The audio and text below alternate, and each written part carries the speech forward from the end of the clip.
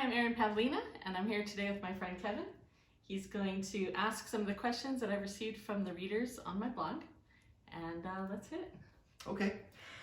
John wants to know if Source will one day absorb us, at which time our consciousness would end and we would no longer exist. That's a good question. That's a deep, heavy question. My understanding is that at some point, there is an opportunity for you to cease to exist completely, for your consciousness to end. But that's going to be your decision. It's not going to be decided by any other being once you were spawned and created. It's your decision how many lives you want to live and what you want to do with the time that you have with that soul, that consciousness. But there can easily come a point where somewhere way down the road you decide you've had enough and you don't want to exist anymore. And then you will merge back with source consciousness and you will no longer be that soul that you've been living. Can a desire like that come from fulfillment of all we wish to experience here, or why might one decide? Especially if you have been here for a very long time, you've had many, many lives, you might feel done, you might feel completely fulfilled. And it's probably not going to be one lifetime. A lot of people ask me, why would I ever want to come back here? You'll feel differently when you're on the other side. It'll feel very different. So don't decide now that you want to merge back with Source forever. Let's see where you are when you get over there. Nice. Okay, Erin, Natalie has a question, and I have a thought about the answer. Can I give you my short answer Sure. after, and then we can hear what you think? Okay, so Natalie wants to know, if I decide to follow a path that is different from my original intention for this life, will I come back again in a future life to fill the original intention? Okay, what do you think? Okay, so my thoughts are, depends on how strong that original intention was, but something could happen in this life which will change your experience and change your perspective. So if that original intention was still really strong, maybe you loop back around, or maybe something else that happens here affects it and you go in a different direction. Mm-hmm. So Kevin has been paying attention to my blog for a long time. Yeah, it's like that. The way the metaphor that I use is like you decide you want to go to an amusement park and you're so excited to ride a certain roller coaster. But when you get to the park, maybe it's too scary. Maybe it looks like something you really don't want to try. And there's no shame in that. You didn't break a covenant. You didn't break a contract. You might just say, I don't want to ride that. I'm willing to go on those rides over there. And that's totally perfectly fine. But when you cross over and you remerge with your higher self, you might have that moment of, oh, I should have done it. I would have been okay. I would have enjoyed it. I should have done it. And that's totally fine. You're not going to feel regret. You're just going to be like, ugh.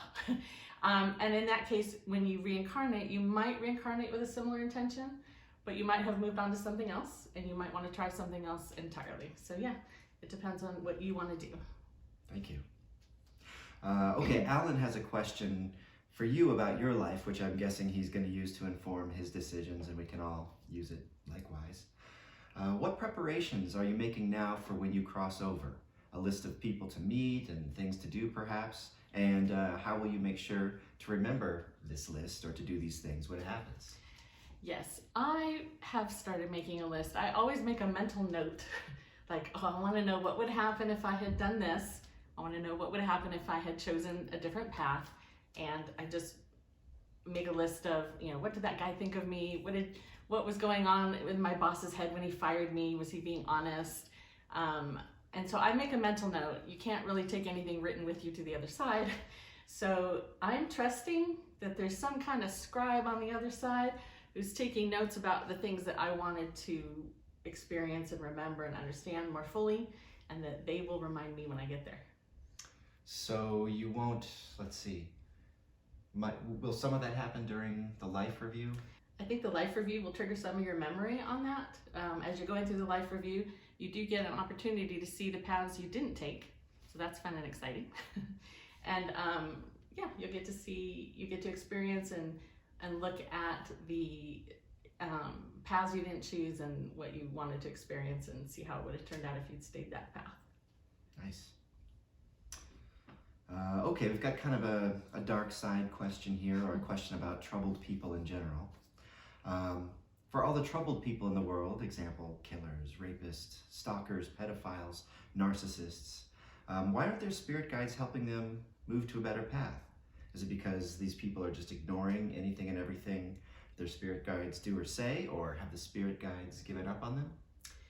Spirit guides never give up on you. They are constantly helping you, nudging you, monitoring you, trying to give you advice, signals, synchronicities. But ultimately, here on Earth, we have free will, and people choose the path they want to take, and they choose what they want to do.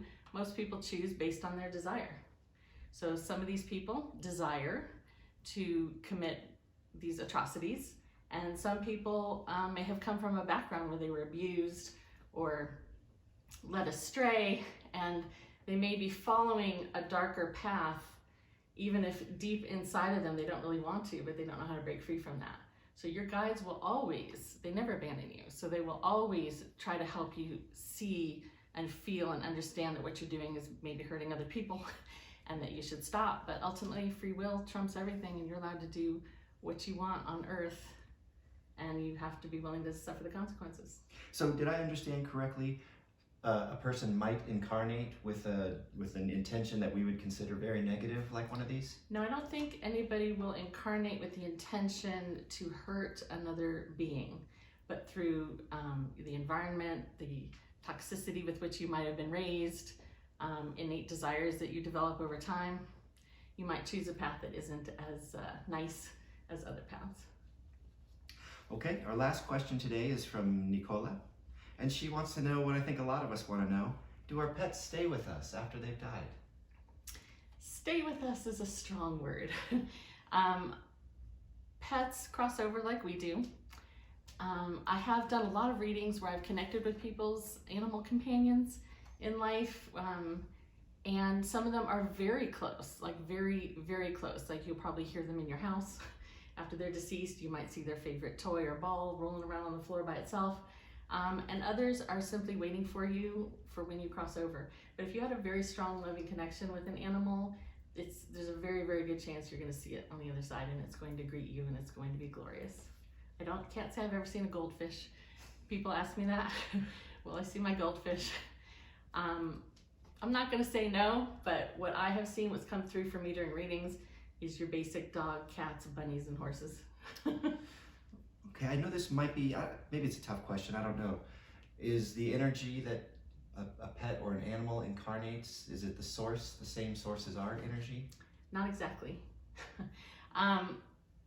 Animals have a different energy and different soul structure than we do. And so the way I kind of liken it is they are like, we're the player characters and they're the NPCs. So they are here for their own purposes. They are here to experience life. They enjoy connecting with a loving, attentive human in a lot of cases, and in some cases they don't. And their souls are not on the same kind of path that we are. So they're a lot more pure than we are, I would say. Also, a lot of people ask me, can animals reincarnate as humans? I have not seen that. So I'm not gonna say no, never, it doesn't happen. I really have not been shown that, given that, or seen that in any kind of reading that I've done. I see. Well, that's our last question for today. Okay, great. And if you want to learn more, go to my blog at erinpavlina.com. There's over 1,000 articles on the website that you can read for free and learn more about these topics and others. Thank you, Kevin, for being here. My pleasure.